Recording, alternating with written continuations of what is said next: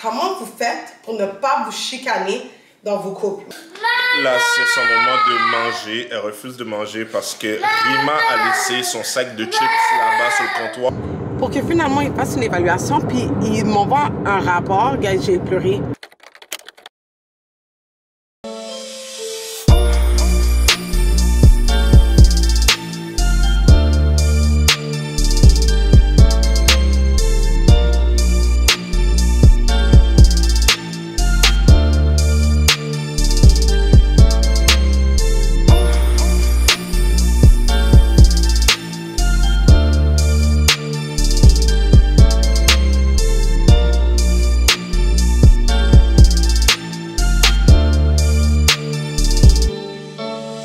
Bon lundi guys, on est lundi après-midi et je suis en train de faire un peu de ménage. Je suis en train de plier des vêtements. Puis guys, la maison est bordélique, je vais vous montrer ça. Donc je vais faire un petit peu de ménage après parce que bon, ça ressemble à ça très souvent, on va se dire la vérité là. En tant que parent, c'est rare que la maison soit actually vraiment propre, à part quand tu as des invités. Vous me comprenez les parents. Donc je vais faire un peu de ménage, puis en même temps, attendez, je vais juste déposer la caméra.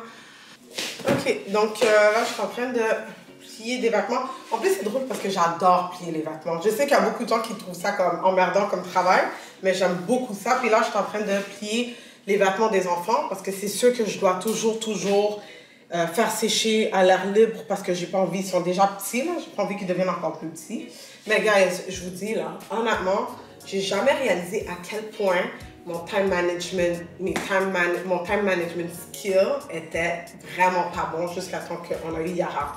Donc, avec un enfant, c'est très difficile de trouver le temps de faire tout ce que tu dois faire, les mille et une choses que tu dois faire. Encore plus si t'es maman, vous savez très bien c'est quoi la charge mentale. Donc, et c'est quelque chose avec quoi j'ai beaucoup de difficultés. Puis c'est quelque chose avec quoi j'ai fait du coaching dans le passé. C'est juste que bon, honnêtement, je me suis pas vraiment investie là. Déjà, il faut trouver le temps de s'investir pour pouvoir changer. Mais cette année, j'aimerais vraiment travailler sur ça. Surtout que là, on a 2 enfants. Donc, c'est maintenant ou jamais là. Parce que c'est un peu bordélique notre vie de tous les jours. Je suis toujours en train de courir comme une poule sans tête. Je pense que c'est ça l'expression, une poule sans tête. Donc, laissez-moi savoir les mères, les pères aussi, les gens tout court là. C'est quoi vos tips pour le time management? C'est quoi vous faites pour s'assurer que vous puissiez faire tout ce que vous devez faire dans une journée, puis sans dire que vous avez besoin de moins dormir, parce que déjà je dors pas beaucoup. Puis en parlant de charge mentale, je voulais un peu aborder le sujet aujourd'hui. J'ai le bébé ici qui est en train de me tenir compagnie, qui est tranquille pendant quelques minutes. Je voulais vous demander, surtout pour les femmes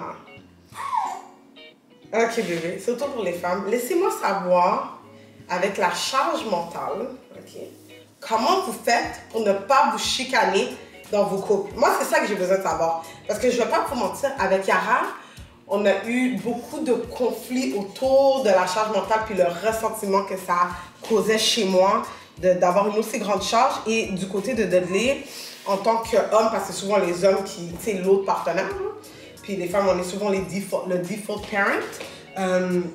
Laissez-moi savoir comment vous avez géré ça, puis aussi les hommes. Je sais qu'il y a une difficulté par rapport au fait du travail qui est invisible. Donc, c'est pas l'exécution, parce que Dudley est très bon dans l'exécution. Tu sais, c'est un père qui est très involved dans la vie de tous les jours. Il en fait pratiquement plus que moi, pour être honnête.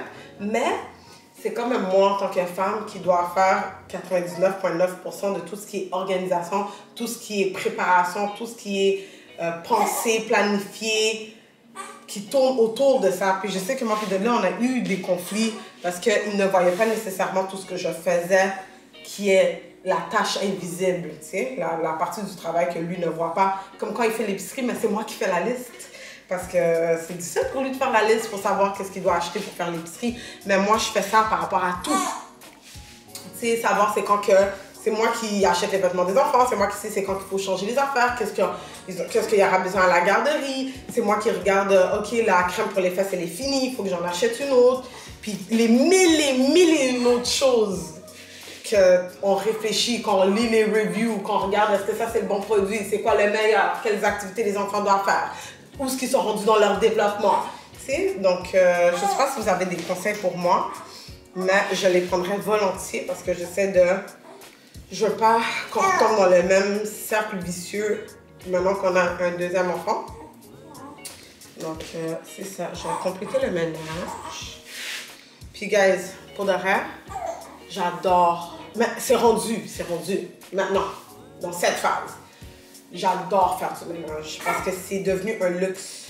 C'est devenu, tu vois, là, je vais devoir la bercer avec mon pied sur sa petite chaise pour pouvoir plier les vêtements.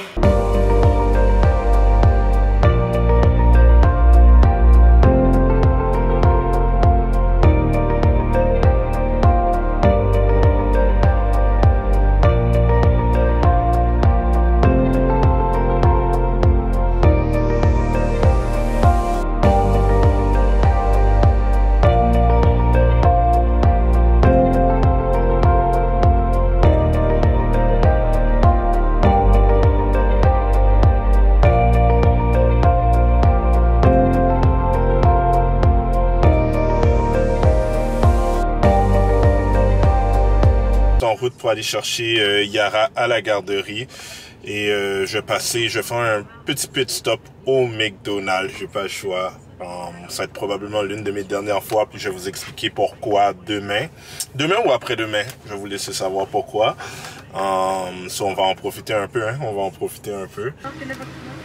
Oui, je vais prendre une grande frite avec un moyen, comment ça s'appelle, Fruitopia orange. Je vais prendre un splash fruit de la passion et fraise, un moyen.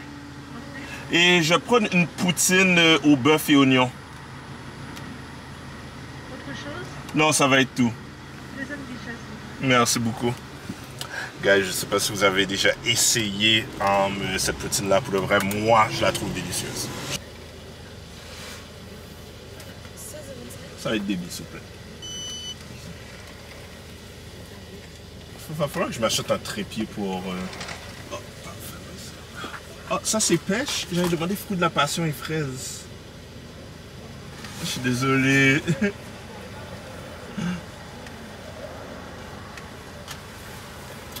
On va voir s'ils vont me les laisser, puis j'en avoir deux. Est-ce que je suis un grado? Pourquoi je suis heureux là d'avoir deux drinks là? Ouais, ma tête là, le vrai. Bonjour. Merci. Oh, merci beaucoup, c'est gentil.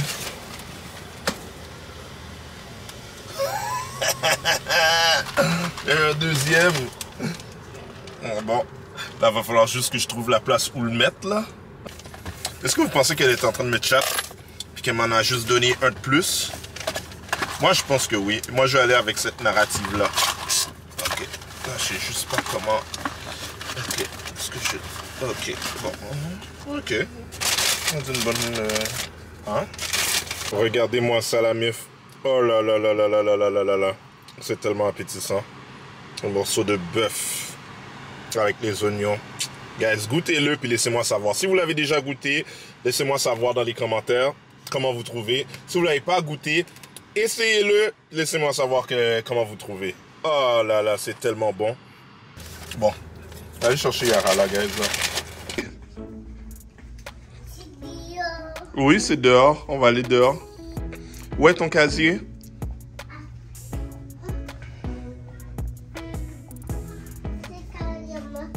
Oh. Oh, wow. Yara, t'as dessiné le papillon? Wow, c'est un beau dessin. Je suis fier de toi. Je suis fier de toi. On y va, mon cœur? Oui. Oh, je suis fier de toi, mon amour. C'est un beau dessin. T'as fait une belle job. T'as fait un beau travail. Que Rima parlait du ménage qu'elle devait faire à la maison. Mais c'est tellement fou parce que j'ai le même ménage à faire dans mon auto. Parce qu'il y a une tornade qui s'appelle Yara qui passe dans mon auto à chaque jour. Puis, oh là là, si je vous montre l'arrière de mon auto, à quel point que c'est rempli de sable et de jouets. C'est hallucinant. Puis c'est fou, hein, parce que quand tu deviens parent, quand tu vas devenir parent, t'es toujours comme, ah non, je vais pas être comme ça, ma maison va toujours être propre, mon auto va toujours être propre, c'est pas un enfant qui va faire ci. Guys, c'est tellement time consuming, puis comme tu trouves pas le temps, genre tu joues avec eux, t'essaies de donner toute ton attention et tout, puis par la suite quand ça vient le temps, t'as un minimum de temps pour toi, mais tu penses pas à ça, t'essaies de te relaxer, aller dormir, récupérer puis tout, mais c'est vraiment ça. Vous savez quoi, genre vu qu'on a vraiment décidé de montrer notre vie puis tout, je vais vous montrer de quoi de l'air l'arrière de mon auto avec le sable que Yara a mis la dernière fois. En fait, elle a été jouée dans le sable, c'est rentré dans ses chaussures.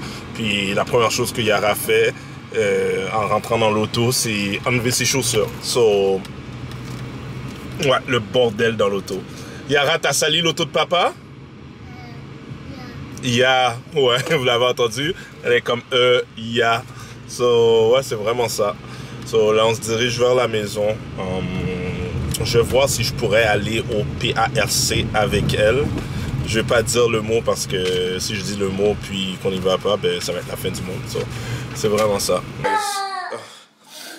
Là, c'est son moment de manger. Elle refuse de manger parce que Rima a laissé son sac de chips là-bas sur le comptoir puis elle veut manger du chips.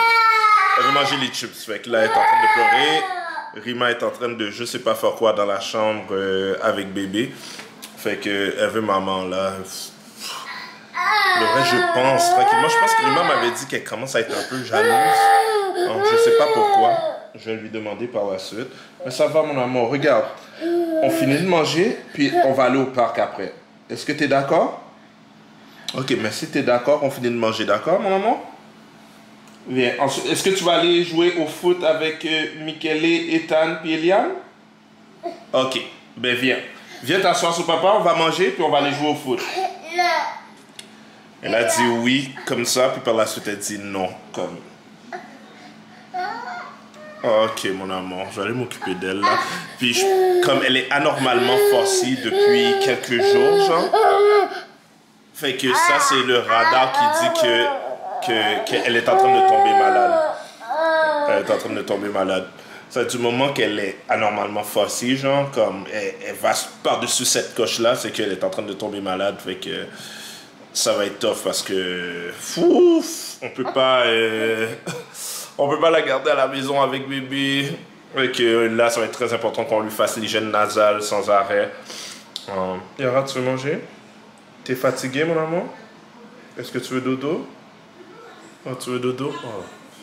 Yo, tu sais qu'elle commence à être malade, tu as dit qu'elle veut aller dormir, là. C'est fou. Okay. Oh, ok, mon cœur. Ok, mon amour. Oh là là là là là là. J'aime tellement pas ça voir comme ça. Je t'aime, mon amour. Bon, je vais aller m'occuper d'elle vite fait, là, la famille. Bon, guys, comme je vous avais dit, j'allais vous montrer l'arrière de mon auto. Ok, il n'y a pas de jugement, là. Il n'y a pas de jugement, là. Attendez. Regardez-moi ça. Ça, c'est tout le sable qu'elle a jeté. Ses jouets, des souliers. Et Yara, de l'autre côté, on retrouve des ballons, un cintre. Yo, gars, j'ai vraiment peur de ce que je peux trouver en dessous de ces chaises-là. Comme, c'est ouf, là. Désolé, il y a quelqu'un en mobilette, là, qui croit qu'il est sur une moto qui a passé, qui m'a mute. Mais pour le vrai, j'ai peur de trouver des Pokémon rares, là, sous ces chaises-là, là. Je pense que samedi matin, je vais me lever très tôt, enlever les chaises, puis aller nettoyer l'auto. Il est dû, là. Il mérite un bon bain, là. Fait que c'est vraiment ça. C'est vraiment ça. Vous avez été témoin de la tornade Yara, comme je vous ai dit, là. Bon, maintenant, c'est l'heure d'aller les préparer à se coucher, là. So. Bon, il est quelle heure, là? Il est 10h, 10h05. Et là, il y a le bordel dans la cuisine. Pour le vrai, aujourd'hui, je suis rentré au travail, je rentre au bureau. Puis Rima est restée toute la journée avec bébé. Puis, disons que c'était pas trop facile, si je peux dire ça comme ça. Alors, j'ai dit à Rima d'aller dormir et tout. Fait que là, présentement, je m'occupe de nettoyer la cuisine. Comme vous pouvez voir, comme les biberons, la vaisselle et tout. Là, je suis en train de regarder les vidéos YouTube entre-temps. Et regardez, c'est un peu le bordel ici. So, c'est ça. Je vais nettoyer vite fait. Puis aller me préparer à me coucher. Parce que Alaya, j'ai réussi à la faire dormir. Pour le vrai, c'était vraiment difficile. Puis il faut profiter. Attends. Ouais, puis il faut qu'on en profite pendant qu'elle dort là. Pour le vrai, je vais vous montrer. Ouais. Faut qu'on en profite. Faut que j'en profite pendant qu'elle dort pour le vrai, pour faire ce ménage-là. Puis ensuite aller me coucher pour avoir le maximum de sommeil avant qu'elle se réveille. Parce que je vais devoir lui faire un biberon quand même. So, j'allais finir ça, la famille. Puis c'est vraiment ça. Je pense qu'on va se revoir demain. Ouais, c'est vraiment ça la meuf. C'est pas facile, hein? C'est pas facile. Ok, guys, je voulais vous parler de quelque chose. Hier, j'avais une conversation avec une de mes amies par rapport à Yara puis des difficultés de langage qu'elle a. Je n'ai pas un retard de langage du tout. Dieu merci, elle parle bien. Elle parle vraiment bien. En fait, elle a commencé à parler très jeune. Donc, de ce côté-là, on n'a pas de problème. Dieu merci. Mais, en fait, qu'est-ce qu'on a réalisé? C'est que Yara, elle parle pas devant les gens. Souvent, à part les gens vraiment, vraiment proches, genre, elle parle pas beaucoup devant les gens. Elle s'est améliorée. Maintenant, elle commence à parler un petit peu devant les gens. Justement, j'avais mon amie à la maison hier, puis Yara parlait un peu, mais même là, elle parlait pas autant qu'elle a l'habitude de parler. Et il y a quelques mois de ça, il y a eu une histoire avec la garderie, parce que Dudley, un jour, en allant à la garderie, vous devez comprendre que Yara, elle a également des problèmes alimentaires. Donc, on avait une éducatrice spécialisée qui était passée, une nutritionniste qui était passée à la garderie pour observer Yara sur le milieu de la garderie. Puis, donc, on avait averti justement la direction et tout. Puis, un jour, comme peu de temps après, Dudley était passé à la garderie. Puis, ils lui ont proposé un programme que tu pouvais prendre pour avoir de l'aide pour ton enfant pour plusieurs trucs différents. Et moi, j'avais mis dans le questionnaire, ils m'ont fait remplir comme un genre 10 pages, puis tout. C'est un programme gouvernemental, je pense. Puis, j'avais coché que je voulais de l'aide dans tout. Parce que vous devez comprendre. Ouais, Rima, il faut que je le dise. Rima, elle, là, un service est gratuit. Ah, je le prends. Why not? Genre, ce genre de service-là, si c'est un service qui peut aider mon enfant, ouais. Comme mon enfant va toujours elle peut toujours s'améliorer, on peut toujours la soutenir pour qu'elle s'améliore et lui donner des ressources. Donc, si je peux me permettre de la mettre dans le plus de ressources possible, et en plus que c'est gratuit, je vais définitivement le prendre. Donc, on avait dit que oui, ça nous intéressait et on a rempli le document pour que finalement, ils fassent une évaluation, puis ils m'envoient un rapport. Gars, j'ai pleuré. Dans le rapport, ça disait que d'après la personne qui est allée, l'orthophoniste qui est allée évaluer Yara, que Yara avait un gros retard de langage, qu'elle parlait pas, qu'il pensait qu'Yara, comme elle faisait des onomatopées, mais qu'elle disait pas de mots. Mais à ce moment-là, Yara parlait, elle avait plus que 200 mots dans son vocabulaire. Mais c'est pas le retard de langage qui m'a fait pleurer. C'est le fait qu'il disait que Yara ne s'exprimait pas du tout, qu'elle disait même pas oui, non. Puis ça m'a frappé que ma fille est à la garderie. Elle dit pas si elle a faim, elle dit pas si elle est triste, elle dit pas si elle a froid, elle dit pas non quand elle veut pas quelque chose. Moi, c'est ça qui m'a fait mal, en sachant qu'elle peut parler. Donc, ça m'a fait réaliser que, OK, il y a vraiment un problème. Donc, finalement, en fait, elle a un trouble d'anxiété qui s'appelle le multisélectif. C'était déjà quelque chose que je soupçonnais, à cause qu'elle parlait pas devant nos amis puis tout. Mais je pensais que c'était pas la même chose à la garderie, puisqu'elle passe plus de temps à la garderie qu'elle passe ailleurs. Donc je me disais, à la garderie, elle est familière, elle les connaît bien, elle est à l'aise, elle s'est jamais plainte d'aller à la garderie. Donc je me disais, tout va bien de ce côté-là. Pour finalement réaliser que non, elle parle pas du tout à la garderie, là où qu'elle passe genre 35-40 heures semaine, toutes les semaines, ouais. Depuis des mois. Donc là, ça m'a vraiment frappé que, OK, il y a un problème, donc il faut qu'on trouve une solution. Donc, il y a une éducatrice spécialisée qui l'aide à la garderie. Elle nous fait des rapports toutes les semaines et il y a une amélioration, hein, B? Il y a définitivement une amélioration, mais il y a encore beaucoup de chemin à faire puis on la soutient, puis on la supporte là-dedans du mieux qu'on peut. Ouais, on voit qu'elle est vraiment plus à l'aise avec certaines personnes qu'elle n'était pas à l'aise du tout avec. C'est vrai, maintenant c'est qu'elle vrai. va parler devant eux sans problème. Justement, c'est de là qu'on est venu, que j'ai eu cette conversation avec mon amie hier, parce que mon amie était à la maison, puis mon amie Mara, allô Mara, puis Yara jouait avec elle interagissait vraiment avec elle parlait, elle utilisait des mots, et même avec nos amis, avec nos autres amis puis tout, on voit qu'elle parle plus en leur présence. Donc, il y a une amélioration. Mais j'ai remarqué que c'est sûr, ça fait du sens, c'est mieux quand on est là physiquement qu'à la garderie parce qu'on n'est pas là. Puis c'est pas, c'est pas sa maison, c'est pas sa famille. Donc, la raison pourquoi on soupçonnait déjà qu'elle avait ce trouble-là, c'est de un parce qu'on remarquait qu'elle parlait pas devant nos amis, mais beaucoup de gens nous disaient « Oh, elle est peut-être timide, elle est juste timide », mais je sentais qu'il y avait quelque chose de plus. Et la thématique, si je peux vous dire, avec Yara, c'est beaucoup l'anxiété. Puis on a réalisé qu'en fait, c'est comme un PTSD. C'est de l'anxiété qui est due à son parcours difficile de sa première année de vie, le fait qu'elle a vécu beaucoup d'hospitalisation, beaucoup de problèmes de santé, son opération, comment ça s'est mal passé, etc. Donc, et j'ai lu en ligne que c'est commun chez les enfants. Ben, pas seulement chez les enfants, mais les enfants aussi, que, tu sais, quand ils ont un PTSD, ben, ils trouvent des coping mechanisms, des façons de gérer leur PTSD et l'anxiété qui vient avec. Et pour les enfants, souvent, ils développent un trouble d'anxiété par rapport au langage, le multisélectif. Et même, ça peut poser des problèmes quand ils rentrent à l'école, parce que si ça se renforce avec les années, dépendamment de quand ça a commencé, ben ça peut causer des problèmes au niveau éducatif. Déjà, on voit que ça cause un peu de problème parce que dans le rapport que l'orthophoniste avait fait, elle avait mentionné que les éducatrices disaient qu'ils avaient de la difficulté à lui apprendre certaines choses dans son apprentissage puisqu'elle ne communiquait pas.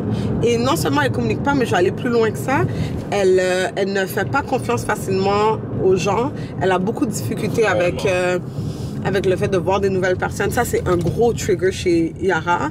Justement, le jour où la nutritionniste était passée à la garderie pour l'observer en milieu de garderie, elle a dit que quand elle est rentrée dans la classe de Yara, Yara a fait une grosse crise en la voyant. Et les éducatrices ont laissé savoir. Pourtant, c'est pas la première fois qu'elle voyait la nutritionniste, parce qu'elle l'a vue chez nous. Puis, les éducatrices ont dit à la nutritionniste que c'est normal que Yara fait souvent des crises comme ça quand il y a des gens qu'elle ne connaît pas qui rentrent dans la classe. C'est vraiment avec les adultes. Et je pense qu'elle associe ça malheureusement à l'hôpital. Tu sais, le fait de ne pas comprendre à un aussi jeune âge.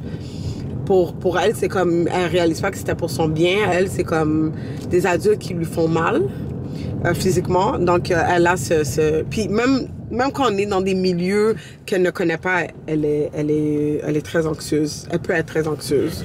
On travaille sur ça. Ouais, on veut travailler sur ça. Puis aussi, le truc que j'aime avec Rima, ben, je pense nous deux, le côté où il y a beaucoup, je dirais, immigrants, parce que je sais pas, pour le côté des oui. Ils veulent pas vraiment aller chercher de l'aide. Ou bien, oui, ils sont pas proactifs pour aller chercher de l'aide, malheureusement. Ou bien, ils ont honte, comme ils ont honte d'accepter que leur enfant a un retard par rapport à ou quoi un problème quelconque. Exactement. Mais ça crée un plus gros problème si t'es pas proactif pour aller chercher de l'aide pour aider ton enfant vraiment tôt. C'est pire. Fait que ça, c'était un truc. Puis, par rapport à l'éducatrice à l'école, nous, pour de vrai, une chose qu'on avait des vidéos qui montraient que Yara parlait, puis parlait bien. Parce que eux, il y a beaucoup de parents qui mentent par rapport au fait que est-ce que votre enfant parle, est-ce qu'il dit au moins 50 mots, ben, oui. à l'âge adéquat. Les milestones, que les gens ils vont mentir sur les milestones. Exact. Donc eux, quand j'ai écrit, après avoir reçu le rapport de l'orthophoniste, quand je lui ai écrit pour lui laisser savoir que, parce qu'elle a mis comme un plan d'action, mais le plan d'action était pas bon parce que c'est basé sur le fait qu'elle pensait que Yara ne savait pas parler. Donc puis elle a un problème différent. Donc mais j'ai senti justement c'est comme si ils font pas vraiment confiance à ce que les parents disent en dehors de leur observation. Puis je peux comprendre. À cause de ça, genre, de ce phénomène-là. Puis c'est vraiment quand j'ai envoyé les vidéos, quand j'ai vu l'éducatrice spécialisée à la garderie et que je lui ai montré les vidéos à elle aussi, c'est là que comme ils ont dit, ah, OK, ouais, c'est vraiment pas le problème qu'on pensait. C'est un autre problème, aussi gros, mais différent. Et c'est là qu'on a vraiment pu commencer à travailler sur ça, genre. Donc, tout ça pour dire qu'on vous encourage vraiment, si vous voyez qu'il y a quelque chose de petit, d'aller chercher de l'aide. Et il faut comprendre, nous, on ne savait pas que Yara était comme ça à la garderie. Si on avait refusé le programme qu'ils nous ont proposé, parce qu'on savait pas à ce moment-là que Yara, elle parlait pas du tout à la garderie. Si on avait refusé le programme, on l'aurait peut-être pas su ou on l'aurait su vraiment tard, parce que malheureusement, les éducatrices de la garderie nous l'avaient pas dit qu'elle parlait pas du tout. Donc, on n'était pas au courant, on pouvait pas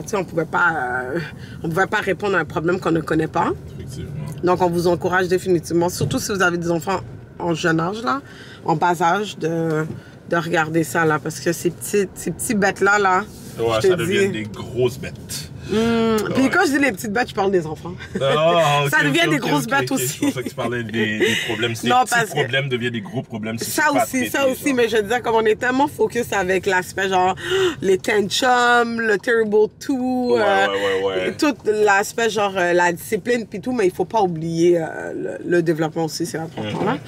Bon la meuf, on est finalement à la maison après une longue journée.